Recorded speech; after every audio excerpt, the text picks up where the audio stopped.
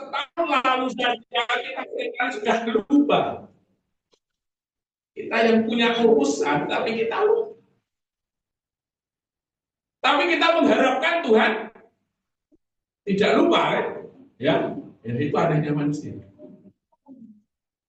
Jadi seringkali kita berjanji, seringkali kita membuat keputusan untuk kita lakukan di sepanjang tahun itu, atau kita meminta pertolongan Tuhan, tetapi kita lupa. Nah, di dunia ini kita sendiri aja yang mau punya gawe tapi lupa, kira-kira yang ingatkan sapa ora. Tapi seringkali kita meminta Tuhan terus mengingatnya, bahkan Tuhan menjawab doa kita, Tuhan memberikan satu niat yang baru agar kita menjadi seperti yang kita rindukan. Itu adalah satu kelemahan diri kita, Bapak Ibu. Kita seringkali melupakan janji kita. Dan di sisi lain kita minta Tuhan selalu setia. Gak fair ya? Ya, manusia, Bapak Ibu. Nah, kita seringkali berjanji Tuhan, aku merasakan bahwa di tahun 2025 kok gini-gini saja. Banyak hal yang saya rindukan ternyata. Kita menyadari bahwa kita tidak mampu untuk mengubahkan sesuatu. Yang kita tunggu adalah hanya uluran tangan Tuhan, pertolongan tangan Tuhan, sehingga nanti yang terjadi di tahun baru ini benar-benar seperti yang kami rindu. Atau kita juga berjanji, Tuhan, aku di tahun 2026 ini mau melakukan A, B, C, D, E, F. Yang sepuh-sepuh. Jantinya barangkali menjadi jauh lebih sederhana dibanding yang muda-muda ya. Permintaannya juga menjadi lebih sederhana. Itu alami. Ketika umur 15, permintaannya neko-neko. Beli motor baru, beli apa, beli itu, pengen ini, pengen itu. Tapi setelah umur 65, Bapak Ibu, pengennya apa? Ya, kesehatan. Bangun pagi itu ketika esok gerakan tangan, kakinya jauh lurus, berdiri dari tempat tidur tegak. Dan begitu. Itu memang alami.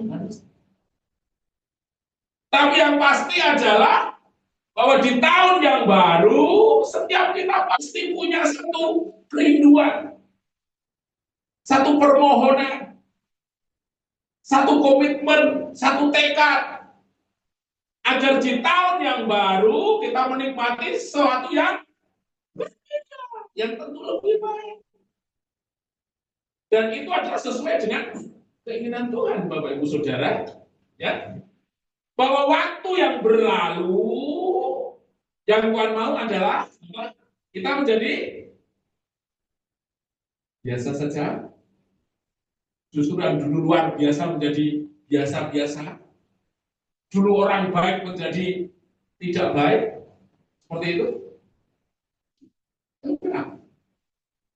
Di tahun yang berlalu, kita melewati tahun yang baru, waktu yang terus berjalan seiring dengan hidup kita, Allah mau kita terus mengalami perubahan. Amin. Karena yang lebih, itu hukumnya firman Tuhan, Bapak Ibu. Jadi kalau kerinduan kita adalah menuliskan amplop di tanggal 1 Januari, itu kita merindukan yang lebih baik, itu sesungguhnya sudah seiring dengan firman Tuhan. Amin. Ada yang menuliskan sesuatu yang lebih buruk. Kita nggak usah bahas ya. Tapi barangkali ada tahun ini targetnya sekian miliar dari uang itu yang jahat. Karena dia jadi pejabat, itu di tahun ini harus tercapai. Padahal dilihat dari gajinya sudah jelas nggak mungkin. Wah, itu rancangan yang jahat. Tapi saya yakin kita semua mempunyai kerinduan tekad yang luar biasa agar di musim yang baru, di tahun yang baru, Tuhan melakukan pemulihan, perubahan dalam setiap hidup kita. Namun Namun seringkali kita akui, ya Bapak Ibu Saudara, apa yang kita tuliskan, apa yang jadi kerinduan kita, komitmen kita, menjadi biasa-biasa saja. Sehingga waktu yang berlalu sesungguhnya tidak membawa perubahan sedikit pun dalam kehidupan kita. Kita menjalani sesuatu yang biasa-biasa lagi, berulang dari tahun ke tahun, hasilnya ya seperti itu saja. Ya kan? Seringkali begitu. Begitu kita buka amplop, oh enggak juga ya. Saya ternyata amplop saya ada di gereja Ampel, Bapak Ibu Saudara. Di sebelah saya Mbak Yayu namanya, jemaat lama. Apa Mbak dijawab? Dijawab Tuhan luar biasa Pak. Jadi dia waktu itu kena serangan stroke Bapak Ibu Saudara. Oh parah.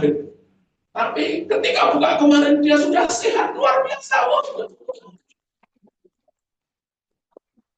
Anaknya kerja di Sumat di Kalimantan dan dia buka anaknya, ternyata permintaan anaknya mencari kerja juga terjawab pada waktu itu. Tapi justru amplop saya ketika saya buka tidak terjawab. Amplop saya tulisan, saya rindu ada pelayanan baru yang dibuka dari pelayanan Ampel. Tidak terjadi. Di situ muncul evaluasi, kenapa kerinduan saya nggak terjadi? Ya karena saya menjalani biasa-biasa saja. Saya menginginkan sesuatu yang luar biasa, tetapi saya melakukan yang biasa. Kira-kira masuk akal nggak itu? Ya masuk akal, tapi nggak terjawab. Ya. Tuhan mau ketika kita punya kerinduan, kita berkomitmen, ada satu hal yang luar biasa juga yang kita lakukan agar apa yang kita rindukan seiring dengan kemauan Tuhan pada akhirnya terjadi dalam kehidupan kita. Ya, Bapak Ibu Saudara, itu kerinduan Tuhan. Tuhan tentu rindu semua kita mengalami suatu yang luar biasa dalam hidup. Tetapi dia juga membutuhkan satu respon yang luar biasa di dalam. Ya, mari kita baca Bapak Ibu Saudara di Yehezkiel ya 36 ayat 26. Di Yehezkiel 36 ayat 26 ya. Nah, kamu akan kuberikan hati yang baru. Jadi Tuhan akan memberikan hati yang baru, ya. Dan roh yang baru di dalam batinmu, katanya. Dan aku akan menjauhkan dari tubuhmu hati yang keras, dan kuberikan kepadamu hati yang. Jadi ini sesungguhnya kerinduan hati Tuhan. Siapapun kita yang percaya kepada Tuhan, Tuhan merindukan kita memiliki hati yang terus dibaharui. Bukan hanya hati, tapi hidup yang terus dibaharui. Amin. Jadi kalau saudara sakit, saudara menderita, saudara kekurangan, saudara jadi sumber masalah bagi keluargamu, itu bukan rancangan Tuhan. Amin. Rancangan Tuhan dalam hidup kita, kita memiliki hati yang baru. Amin. Kehidupan yang menjadi berkat banyak orang, kehidupan yang memotivasi orang lain, kehidupan yang mendorong orang untuk orang mengalami luar biasa melalui hidup itu. Itu rancangan Tuhan. Amin, Bapak Ibu Saudara. Amin. Jadi Tuhan kita itu satu desainer atau planner, perancang atau perencana yang luar biasa. Amin. Dalam setiap hidup anak-anak. Nggak main-main Bapak Ibu Saudara. Ya. Ya. Nah, kita lihat bahwa nubuatan Yehezkiel ini disampaikan kepada bangsa Israel ketika bangsa Israel dalam pembuangan di negeri. Jadi apa yang dirindukan Tuhan, kondisinya adalah kebalikannya. Orang Israel, bangsa Israel tidak sedang dalam kondisi yang baik-baik saja. Coba bayangkan Bapak Ibu Saudara, kalau kita ada mungkin generasi yang dulu, ya, yang terlibat G30 SPKI, itu dibuang di mana? Di Pulau Buru. Pulau Buru itu mana? Daerah sekitar Kepulauan Ambon. Kalau penjahat kelas kakap dibuang kemana? Cilacap, Segoro Anakan.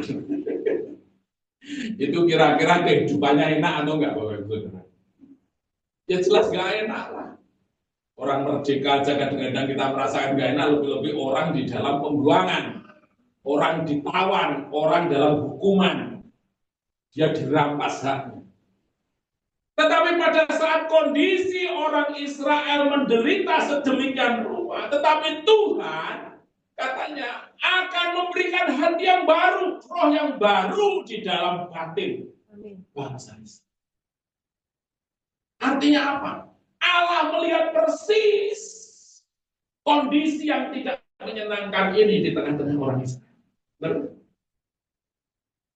Dan Tuhan rindu orang Israel mengalami satu terobosan, mengalami pemulihan, mengalami sesuatu yang berubah menjadi lebih baik. Demikian juga saudara dan saya. Ketika kita mengalami situasi yang tidak baik, ketika kondisi hidup kita sedang tidak seperti yang kita harapkan, Amin. Amin. Oma, bapak yang sedang sakit, kondisinya hidupnya tidak nyaman. Tapi kira-kira apa yang dipikirkan bangsa Israel? Apakah dia berpikiran atau merasakan bahwa di tengah keberadaannya itu Allah mengetahui, Allah memahami, bahkan Allah merasakan? Seringkali ketika kita merasakan satu kondisi yang tidak baik, kita merasa bahwa penderitaan itu kita saja yang alami. Penderitaan itu seolah-olah justru datangnya dari Tuhan, gitu. Kalau kita punya pikiran yang salah, kira-kira apa yang akan terjadi, Bapak Ibu Saudara? Kelihatannya Tuhan itu nggak merasa, saya itu loro tenan nih. Harus melaku, mau jalan ke warung sebelah aja susahnya luar biasa. Apakah Tuhan itu mengasihi saya? Kalau sudah bertanya seperti itu sedikit lagi, Tuhan pasti nggak sayang sama saya. Saya pasti dibuang kasihnya, dibuang Tuhan, sehingga saya justru disakiti oleh Tuhan. Waduh, kalau pikiran kita sudah seperti itu, kita tentu tidak punya harapan untuk mengalami kasih. Kita harus menyadari di tengah situasi yang tidak baik, kesehatan kita, keuangan kita, keluarga kita, studi kita, dan lain sebagainya yang tidak baik, Allah paham persis, Allah tahu persis. Dan di balik kondisi itu Allah merindukan kita dipulihkan. Kita diberikan solusi, kita bangkit, kita mengalami Tuhan yang luar biasa. Amin. Ya. Padahal Bapak Ibu Saudara, bangsa Israel itu dibuang ke Babel karena apa? Kira-kira. Jadi ceritanya orang Israel itu mengalami tulah, mengalami sesuatu yang tidak baik, diserang bangsa lain, kalah. Kalau kita baca di Perjanjian Lama, selalu terjadi karena apa? Orang Israel memberontak terhadap Tuhan. Jadi seringkali penderitaan kita, seringkali keluh kesah kita, seringkali kondisi yang tidak baik itu terjadi karena kita memberontak. Memberontak itu artinya tidak melawan, ngajai kehendak Tuhan. Tapi kita tahu firman-Nya dan dengan sengaja kita langgar firman. Kita tidak lagi mempercayai bahwa Tuhan menyaksikan seluruh hidup kita sehingga kita melawan firman. Itu artinya kita memberontak terhadap.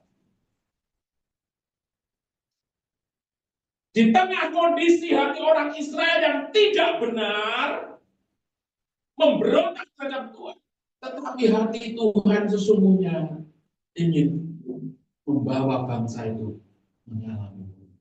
Itu luar biasa, ya kan? Kayak ketika kita punya beban, Allah mau beban itu kita letak, taruh kepada Dia. Apa ada pribadi yang seperti itu? Ya, boro-boro mau menanggung beban. Aku sendiri punya beban ya. Kamu juga hidupnya saat semenmu diwio, enak saya suruh bantuin kamu. Itu kalau kita ke orang-orang di luar sana. Tapi Tuhan, sekalipun kita memberontak, sekalipun kita melakukan kesalahan, sekalipun kita menentang Dia, tetapi ketika kita berbalik dari jalan-jalan yang jahat, Dia siap untuk menanggung beban. Dia siap untuk memberikan hati yang baru sehingga kita mengalami jamahan dan pemulihan. Amin.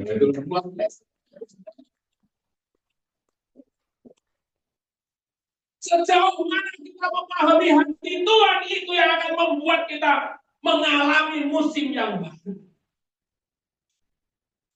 Jadi kunci rahasianya itu sudah ada, sudah terbuka bagi kita. Bahwa Tuhan itu Tuhan yang penuh dengan kasih, Tuhan yang punya solusi, Tuhan yang selalu menyediakan diri untuk menanggung beban kita, Tuhan yang merindukan pemulihan. Tapi seringkali kita tidak percaya. Seringkali kita tidak mencari Dia. Seringkali kita menanggung beban hidup kita sendiri, ya kan? Itu yang terjadi, Bapak Ibu Saudara. Ya. Nah, kita lanjutkan lagi. Ya. Jadi lawannya dengan hati yang baru itu adalah hati yang keras. Yeskiel tadi, kamu akan kuberikan hati yang baru. Ketika saat itu orang Israel memiliki hati yang keras. Hati yang keras itu seperti apa? Hati yang tidak mau merespon kehendak. Siapa Bapak Ibu yang tahu kehendaknya Tuhan? Tahu? Kehendak Tuhan itu kira-kira disampaikan melalui kita orang percaya melalui apa kira-kira?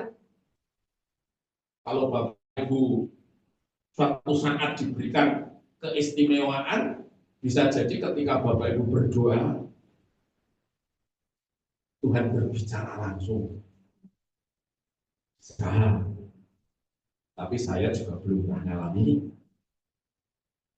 Tapi kita tahu dari kehendaknya Tuhan dari mana? Dari firman. Ya. Firman Tuhan ini mengajar apa yang menjadi kemauan, kerinduan, kehendaknya Tuhan. Oke? Jadi kalau orang tidak pernah menyentuh firman Tuhan, ya jangan diharapkan kita mengerti kehendaknya Tuhan. Kenapa ada? Apa? Ayo baca Alkitab. Mora yang paling angker, ya. Absen. Apa yang dibaca? Laporannya bagaimana? Ya hanya melalui firman ini kita mengerti persis apa yang jadi kehendaknya Tuhan. Amin. Jadi kita orang percaya tentu tidak bisa dilepaskan dari hati yang keras adalah hati yang mau berjalan dengan kehendaknya sendiri, sekalipun firman sudah memberitahukan kepada. Ya. Ampuni saudaramu. Enggak bisa. Dia sudah begitu menyakitkan hati saya. Sampai hati saya kalau dibuka tulang iganya, itu rasanya tergores pedih. Sehingga saya nggak mungkin mengampuni dia.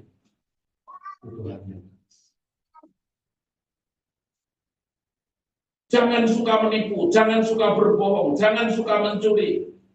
Tapi faktanya saya kurang. Teman-teman yang lain biasa melakukan itu, justru hidupnya nyaman, enak, diberkati. Itu kan? Itu hati yang keras.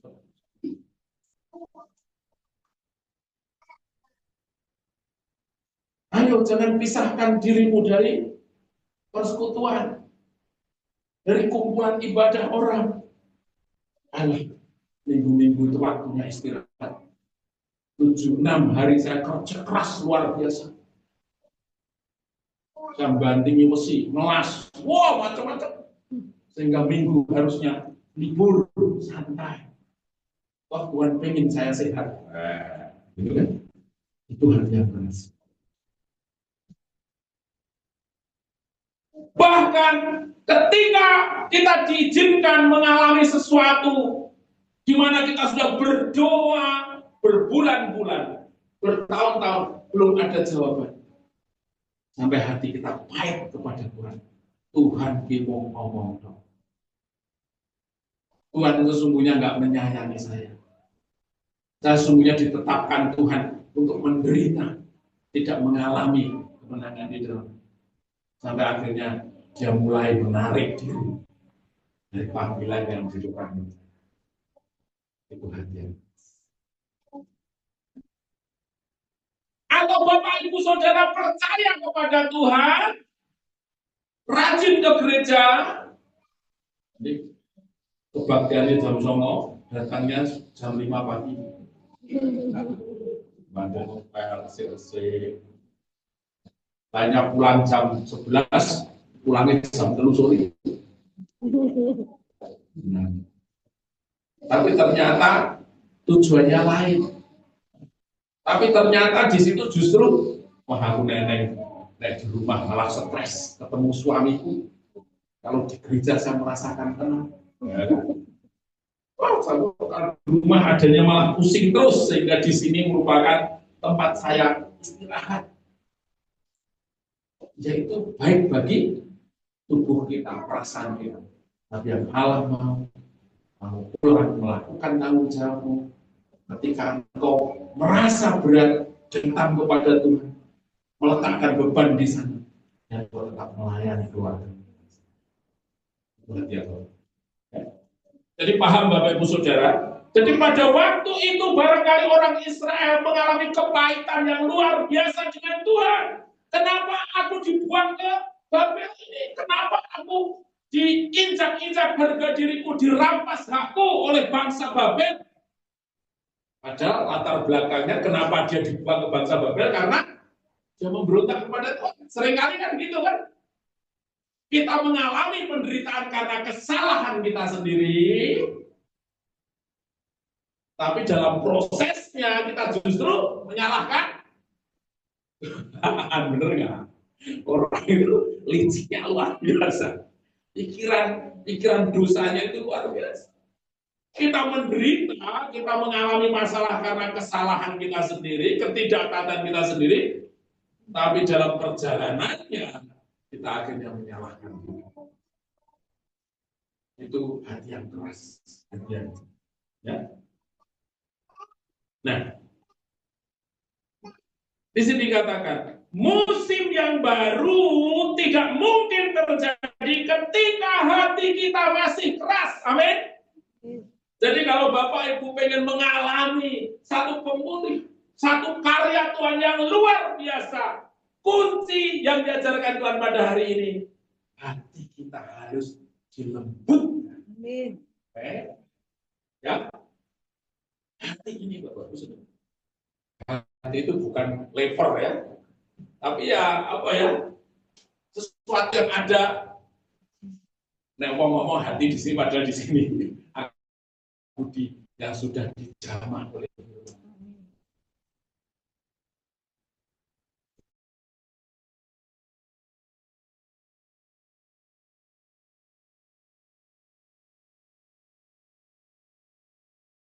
Hidup kita.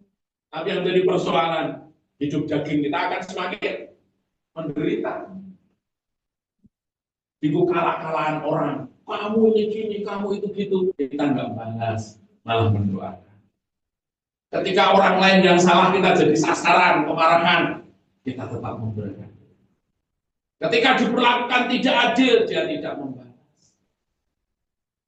Ketika orang bersalah, kita tetap bisa mengampuni. Tapi justru dari situ, kita akan melihat pekerjaan Tuhan yang luar biasa.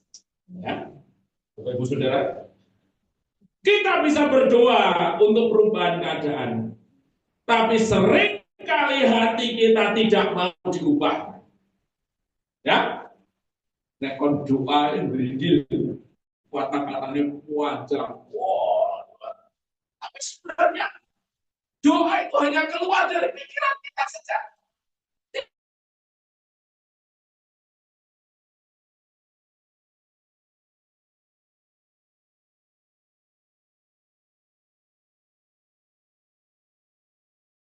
Tapi dengan lampu merah gagi-gagi tidak gas.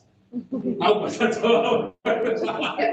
Kita ngomong Tuhan, pulihkan negeri ini agar negeri ini menjadi negeri yang taat, yang luar biasa. Kayak ketika di lampu merah,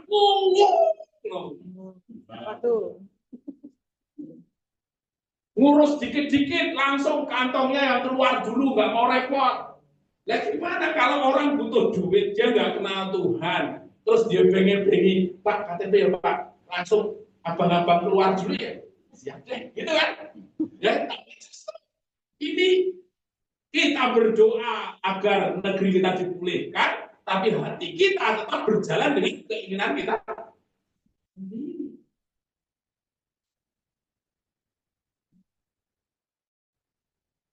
Sekarang banyak profesor, banyak guru besar, banyak ahli. Tapi negara kita justru seringkali keputusan-keputusannya semakin nggak masuk akal. Semakin nggak punya hati ketika pemerintah membuat aturan.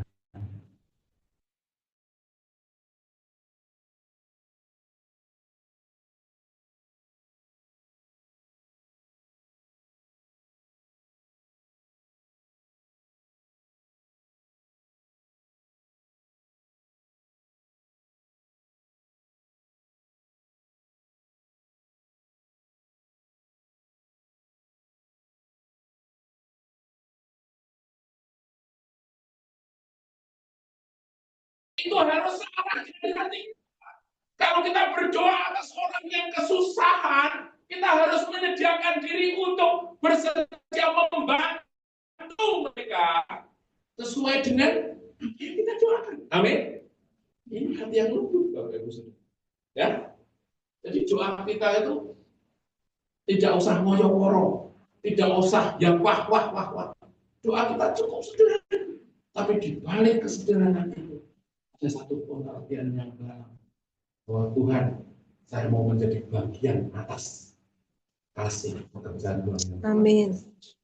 Itu hati yang lembut, Bapak Ibu Saudara. Ya. Nah, yang berikutnya, anugerah hati yang baru. Dikatakan akan kuberi.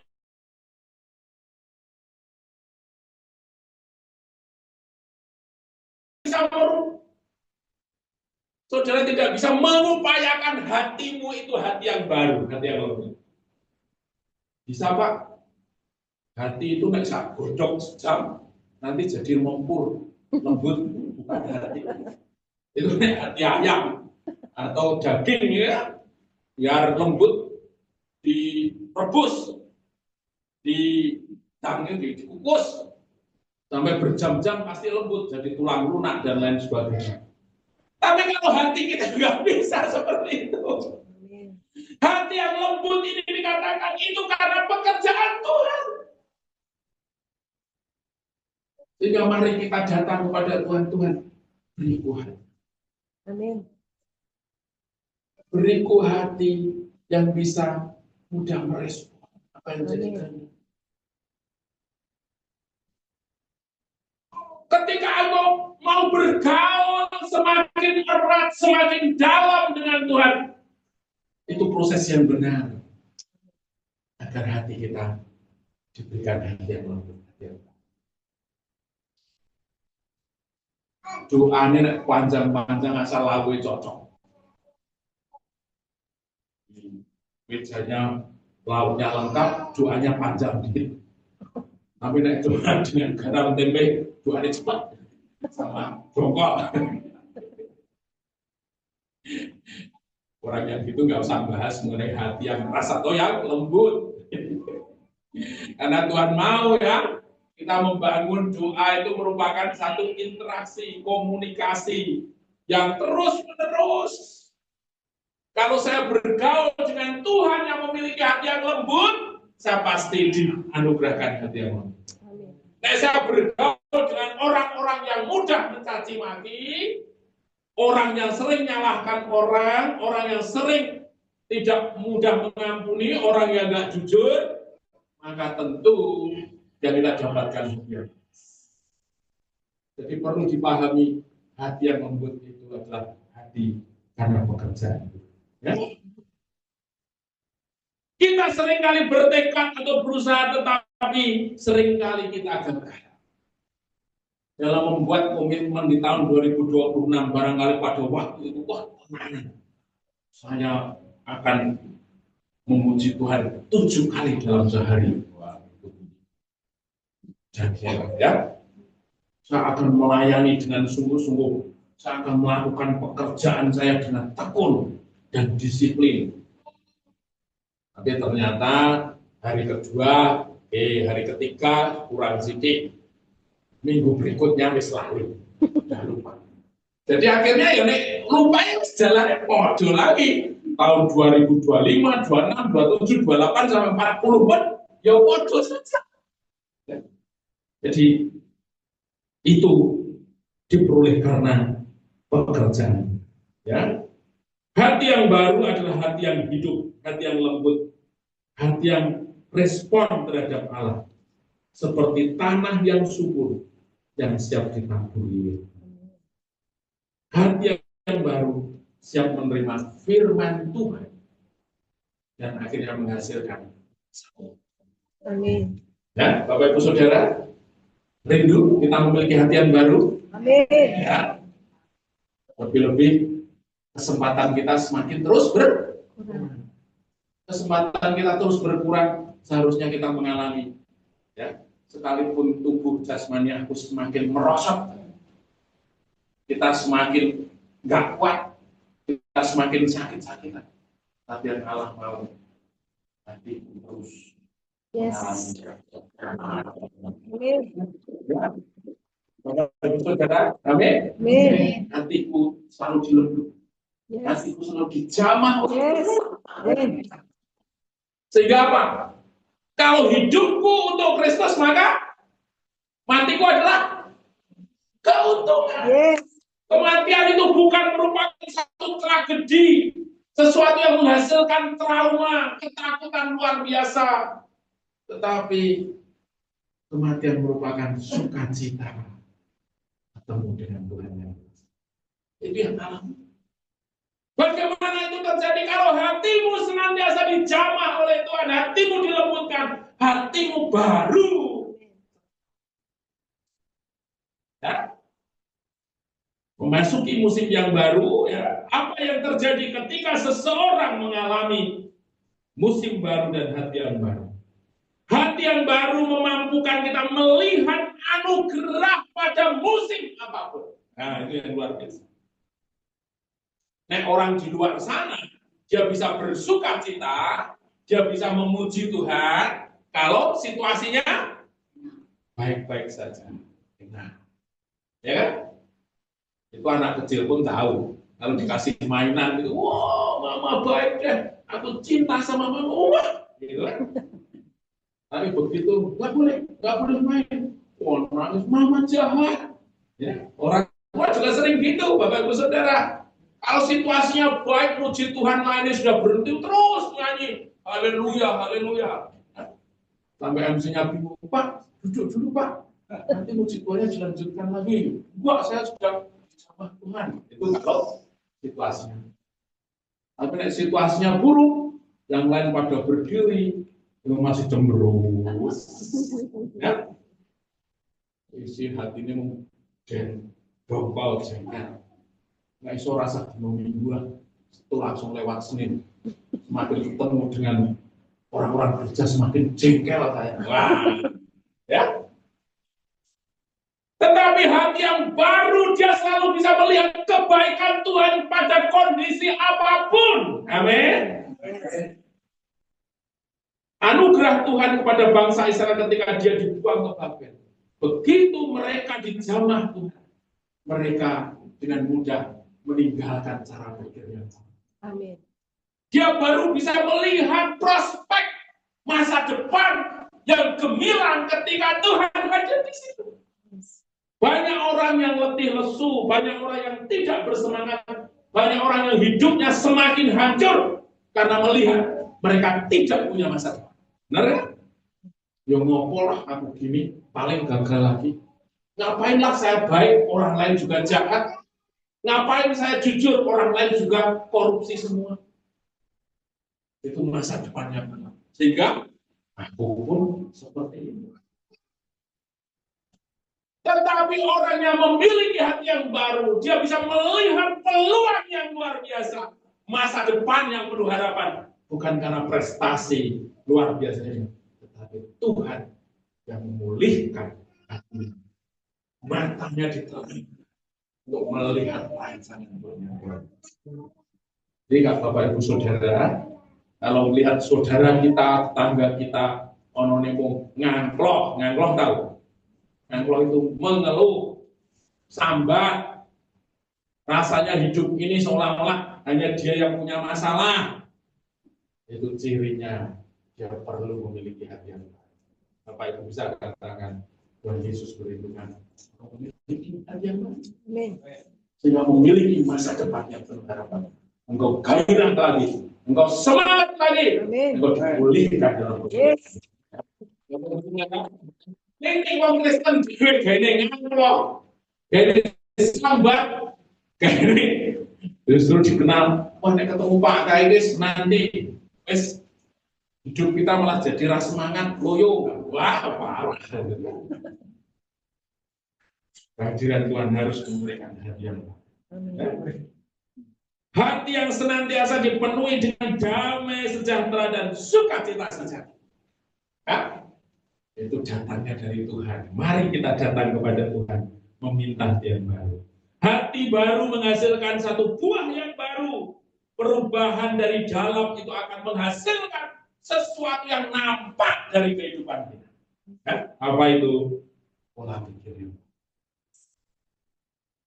Ada orang yang hidupnya tidak mengalami perubahan karena pikirannya selalu negatif, pikirannya jahat, pikirannya tidak benar. Padahal di Filipi 4 ayat 8, coba ada yang bacakan firman Tuhan seperti apa?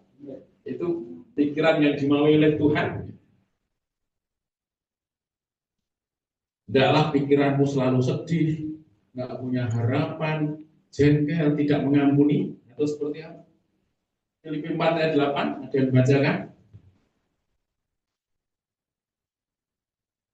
Filipi 4 ayat 8.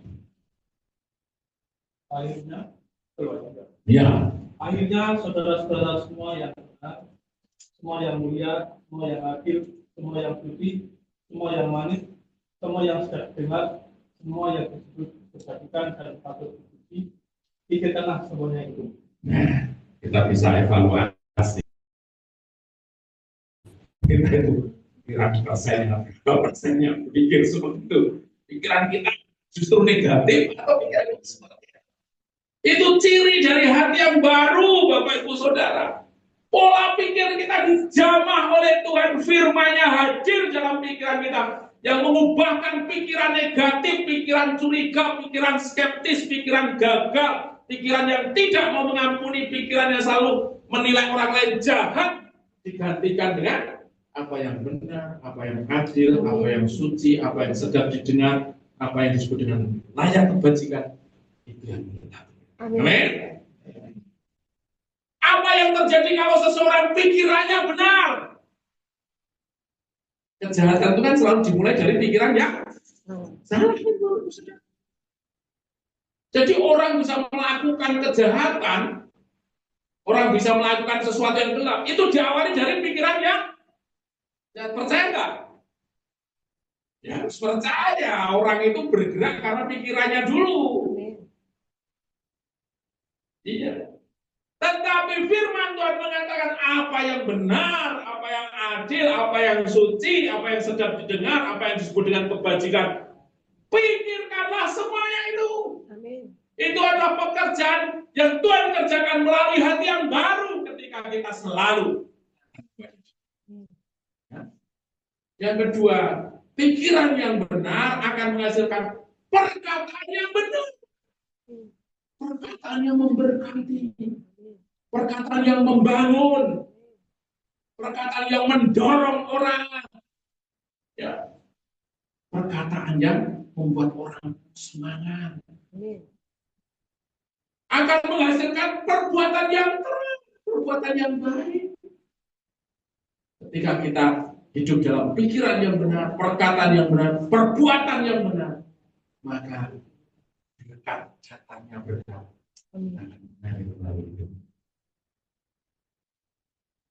Saya bagi berkat Bapak Ibu Saudara, ya saya nggak pernah mempromosikan diri saya gitu, tapi seringkali berkat datang dari teman-teman yang dulu sudah minta tolong saya selesaikan dengan baik, dan saya nggak pernah ngapusi, nggak pernah membuat dia kecewa. Ketemu dia ngomong yang baik, sehat selalu, dan di WA saya bilang sehat selalu, dilindungi oleh Tuhan, semangat gitu. Itu akan membuat relasi kita tambah banyak, dan kita tahu dari relasi kita itu seringkali Tuhan berkat. Amin. Amin Bapak Ibu Saudara.